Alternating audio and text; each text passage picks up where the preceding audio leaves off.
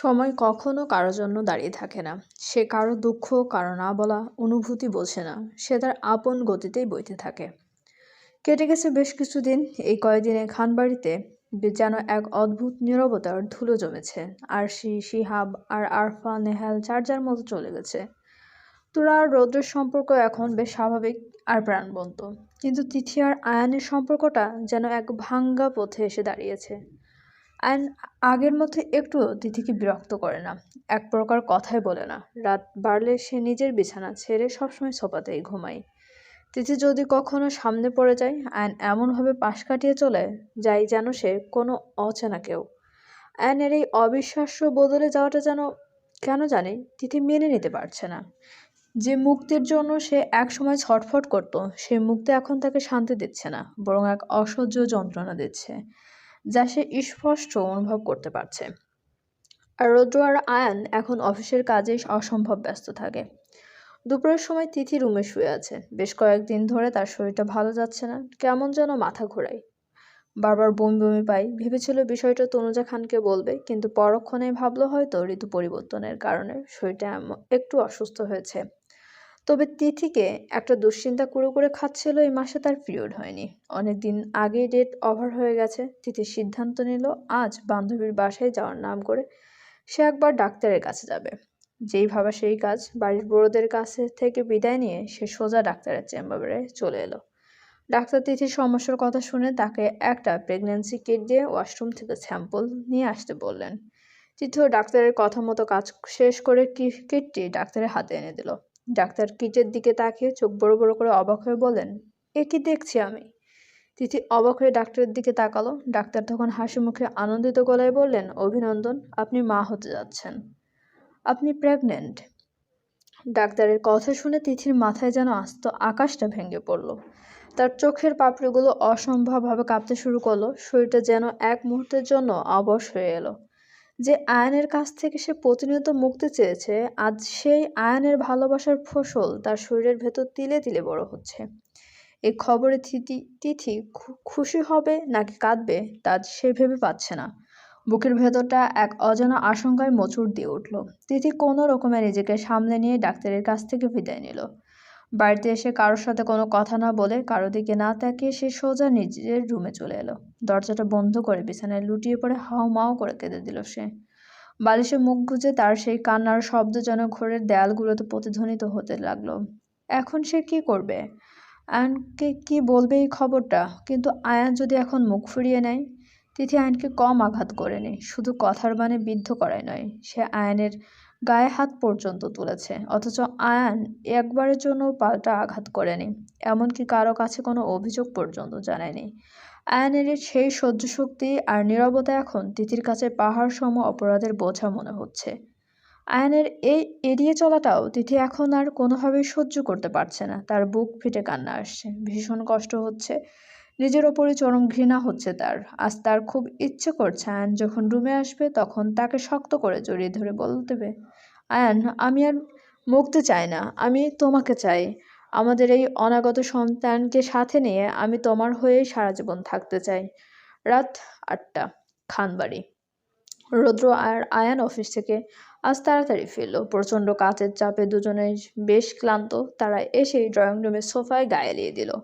এদিকে তোরারও গত কয়েকদিন ধরে শরীরটা একদমই ভালো যাচ্ছে না, সারাক্ষণ বমি বমি ভাব, কিছু মুখে দিলেই উগরে আসছে। সে ব্যালকনিতে দাঁড়িয়ে রৌদ্রকে আসতে দেখে নিচে নামার জন্য পা বাড়ালো, কিন্তু রুম থেকে বের হয়ে সিঁড়ি দিয়ে নিচে নেমে যেতেই যেই কয়েক পা এগিয়েছে অমনি পুরো পৃথিবীটা তার চোখের সামনে বনবন করে ঘুরে উঠল। মাথা চক্কর দিয়ে তোরা ফ্লোরে ধপ করে বসে পড়ল এবং পরক্ষণে গলগল করে বমি করে দিল। সোফায় বসা রৌদ্র তোরার এই অবস্থা দেখে পাগলের মতো ছুটে এলো। তোরাকে আগলে ধরে অস্থির হয়ে বলতে লাগলো, কি হয়েছে তোরা? এভাবে বমি করছো কেন? শরীর কি খুব খারাপ লাগছে? তোরার বমির শব্দ শুনে তনুজা খান রান্নাঘর থেকে ছুটে এলেন। তিনি তোরার পাংশুটে মুখ আর ঠান্ডা হাত পা দেখে বেশ ঘাবড়ে গেলেন। রৌদ্রের দিকে তাকিয়ে তাকাতে দিয়ে বললেন, রৌদ্র, তাড়াতাড়ি ডাক্তারকে কল দে। তোরার হাত পা এমন বরফের মতো ঠান্ডা হয়ে যাচ্ছে কেন?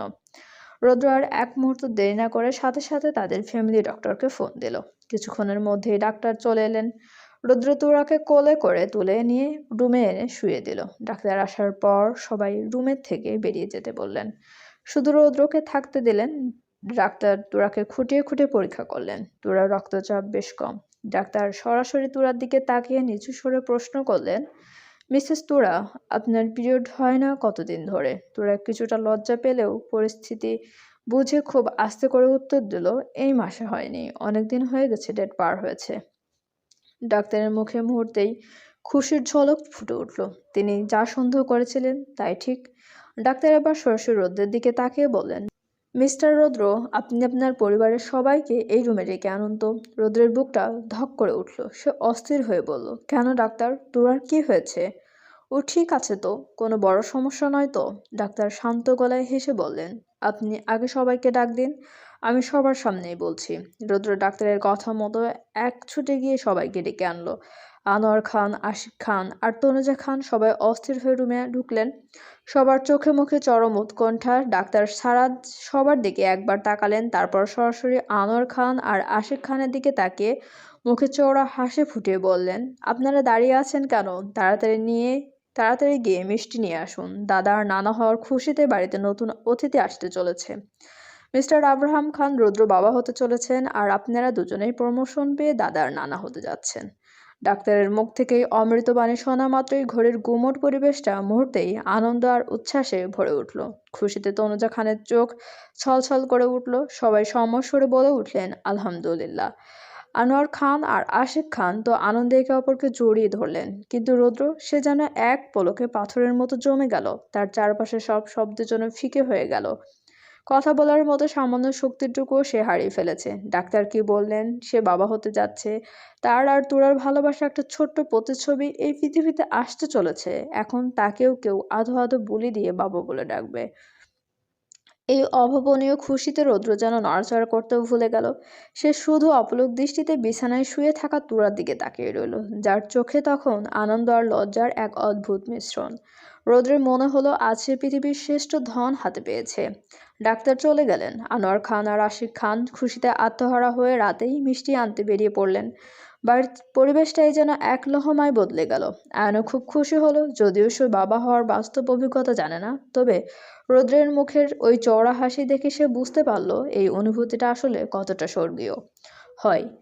তোরার সাথে সবাই একে একে দেখা করলো। রৌশনী খান তো নাতি নাতনি আসার কথা ভেবে তাকে অনেক আদর করলেন। তোরা লজ্জায় কুঁকড়ে আছে, সে চোখ তুলে একবারও রৌদ্রের দিকে তাকাতে পারছে না।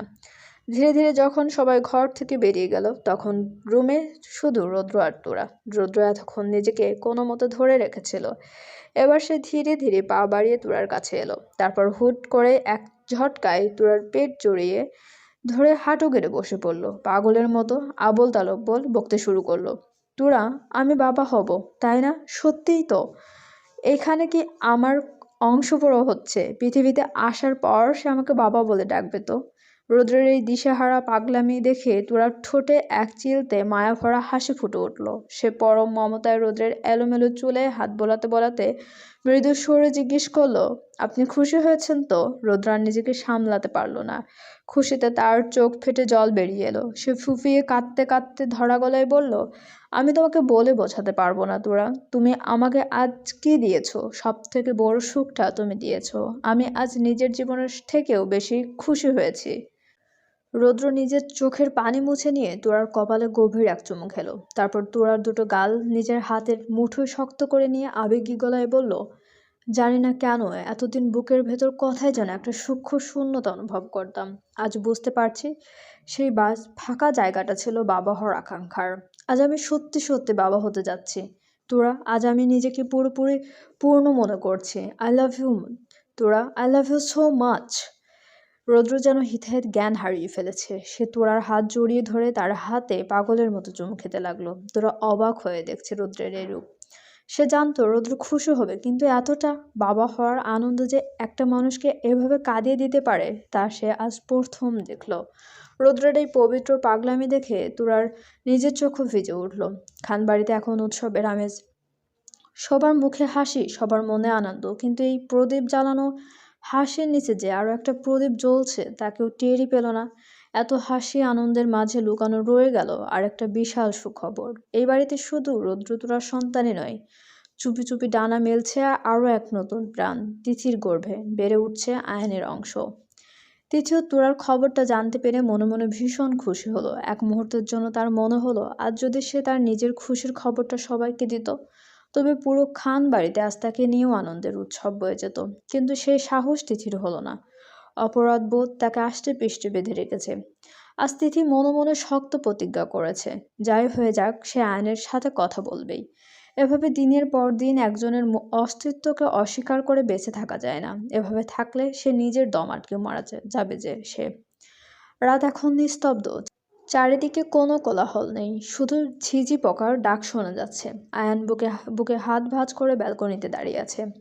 তার শূন্য দৃষ্টি আকাশের নক্ষত্রদের মাঝে কি যেন খুঁজে বেড়াচ্ছে। তিথি গুটি গুটি পায়ে ব্যালকনিতে এসে দাঁড়ালো। আয়ন কারো উপস্থিতি বুঝতে পেরেও নড়ল না। আগের মতোই পাথরের মতো দাঁড়িয়ে রইল। তিথি সাহস সঞ্চয় করে অনেক কষ্টে খুব নিচু স্বরে ডাক দিল, আয়ান। তিথির গলাটা থরথর করে কাঁপছে। আয়ান তিথির কণ্ঠ শুনেও তার দিকে ফিরল না। সামনের দিকে তাকিয়েই খুব শীতল গলায় বলল, কিছু বলবে? আয়ানের এই ভাবলে সে নিস্পৃহতা তিথি আর সহ্য করতে পারল না। তার ভেতরের সব রাগ, অভিমান আর জেদ মুহূর্তেই ভেঙে চুরমার হয়ে গেল। সব অপরাধ স্বীকার করে নিয়ে সে এক ছুটে গিয়ে আয়নকে পেছন থেকে শক্ত করে জড়িয়ে ধরল। আয়ানের পিঠে মুখ গুজে কান্নায় ভেঙে পড়ে বলল, আয়ান, আমাকে ক্ষমা করে দাও। আমি এখন বুঝতে পারছি আমি তোমাকে কতটা আঘাত দিয়েছি। আমি সত্যিই অনেক বড় ভুল করে ফেলেছি আয়ান। প্লিজ তুমি আমাকে ক্ষমা করো। কেন জানি তোমার এই চুপচাপ থাকা আমি একদমই মেনে নিতে পারছি না। আমার খুব কষ্ট হচ্ছে, বুকে অসহ্য যন্ত্রণা হচ্ছে। প্লিজ আয়ান, তুমি আগের মতো হয়ে যাও। আমাকে বকা দাও, শাসন করো, কিন্তু এভাবে চুপ থেকো না। তিথির চোখের জলে আয়ানের টি শার্টের পেছনটা ভিজে একাকার হয়ে যাচ্ছে, কিন্তু আয়ান এক চুলও নড়ল না, কোনো প্রতিক্রিয়া দেখালো না সে। এটাই হয়তো কঠিন বাস্তবতা। মানুষ যখন চুপ হয়ে যায়, যখন ভেতর থেকে হারিয়ে যায়, তখনই অন্যরা তার কদর বুঝতে পারে। আয়ান খুব ঠান্ডা আর নির্লিপ্ত গলায় বলল, একদম ভালো লাগছে না তিথি, তোর কান্না বড্ড বিরক্ত লাগছে। আমায় ছাড়। কান্না করতে হলে বাইরে গিয়ে কর।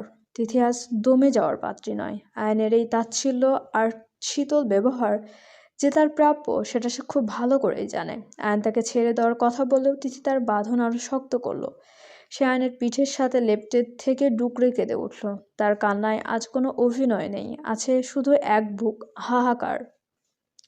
ছাড়বো না। যতক্ষণ না তুমি আগের মতো আমাকে শাসন করবে, বকা দিচ্ছ, ততক্ষণ আমি তোমাকে ছাড়বো না। আয়ান প্লিজ, সত্যি আমার খুব খুব কষ্ট হচ্ছে, বিশ্বাস করো। আমার বুকটা ফেটে যাচ্ছে। আমি তোমার কাছ থেকে মুক্তি চেয়েছিলাম ঠিকই, কিন্তু ওটাই ছিল আমার জীবনের সব থেকে বড় ভুল। এই মুক্তি আমাকে শান্তি দেয়নি আয়ান, বরং তার থেকেও দ্বিগুণ যন্ত্রণা দিচ্ছে। আমি আর মুক্তি চাই না। আমি তোমাকে চাই। আমি আমার সেই আগের আয়ানকে চাই। তিথির আকুতি শুনে আয়ান এক কর্কশ খিলখিল হাসিতে ফেটে পড়ল। সেই হাসিতে কোনো আনন্দে নেই, ছিল কেবল বিষাদ আর অবজ্ঞা। সে আকাশের দিকে তাকিয়ে তাচ্ছিল্যের সুরে বলল, কি বললি? বুকে কষ্ট হচ্ছে, অসহ্য যন্ত্রণা হচ্ছে? তো সেটা আমার কাছে কেন বলছিস? যেখানে গেলে তোর ভালো লাগবে, শান্তি পাবি, সেখানে যা। তোর মুক্তি দরকার ছিল, তুই তো পেয়ে গিয়েছিস। তবে আবার কেন আমার কাছে এসেছিস? শুনে রাখ তিথি, মন এমন একটা জিনিস যা সব সময় একরকম থাকে না। আমারও একটা মন ছিল, যে মনটা মনে প্রাণে শুধু তোকেই চাইতো। কিন্তু সেই মনটা এখন কেমন জানি হয়ে গেছে। এখন তোকে দেখলেই সেই মনটা একদম স্থির আর চুপ হয়ে যায়। আগের মতো আর পাগলামি করে না। মনে হয় তোর ব্যবহারে আমার মনটাও আজ মরে গিয়ে চুপ হয়ে গেছে। আয়নের এই কথাগুলো তিথির কানে তপ্ত সীসার মতো বিঁধল। আয়ন আর এক মুহূর্ত দাঁড়ালো না। সে খুব নির্লিপ্ত গলায় যোগ করলো, যাই হোক, এসব ফালতু কথা বলে আর সময় নষ্ট করতে চায় না। আমার ভীষণ ঘুম পাচ্ছে, ছাড় আমায়। বললেই আয়ান এক ঝটকায় তিথির বাঁধন ছাড়িয়ে রুমে চলে এলো। সোফায় গিয়ে গুটিসুটি মেরে শুয়ে পড়ল সে। তিথির দিকে ফিরেও তাকালো না। তিথি ব্যালকনিতে একা দাঁড়িয়ে নিঃশব্দে কাঁদতে লাগলো। তার কান্না দেখার মতো আজ কেউ নেই। আজ সে হাড়ে হাড়ে টের পাচ্ছে তার করা ভুলের মাসুল কতটা ভয়াবহ। যে আয়ান সারাক্ষণ তাকে জ্বালিয়ে মারত, যে তার চোখের এক ফোঁটা পানি দেখলে পুরো বাড়ি মাথায় তুলতো, সেই আয়ান আজ তার অঝরে কান্না দেখেও একটু বিচলিত হলো না। মানুষ কতটা গভীর আঘাত পেলে এভাবে জ্যান্ত পাথর হয়ে যায়, তিথি আজ তার চোখের সামনে দেখতে পাচ্ছে। তিথি নিজের পেটে আলতো করে হাত রাখলো, চোখের জল মুছে বিড়বিড় করে বলল, বাবু, দেখো তোমার বাবা। আমার উপর রাগ করে আছে। তুমি তাড়াতাড়ি এসে তোমার বাবাকে বলে দাও না তোমার মাম্মামকে মাপ করে আগের মতো কাছে টেনে নিতে, আগের মতো শাসন করতে। জানো, তোমার মাম্মামের খুব কষ্ট হচ্ছে, বুকের অনেক ব্যথা করছে। যেই ব্যথার ওষুধটা শুধু তোমার বাবার কাছেই আছে, কিন্তু আজ আমার অপরাধে সে আমাকে সেই ঔষধ দিচ্ছে না। চলবে। গল্পটি আপনাদের কেমন লাগছে অবশ্যই কমেন্ট করে জানতে ভুলবেন না, এবং গল্পটির পরবর্তী গল্পগুলো পড়তে আমাদের চ্যানেলটি সাবস্ক্রাইব করে আমাদের সঙ্গে থাকুন, এবং আমাদের সাথে থাকার জন্য অনেক অনেক ধন্যবাদ।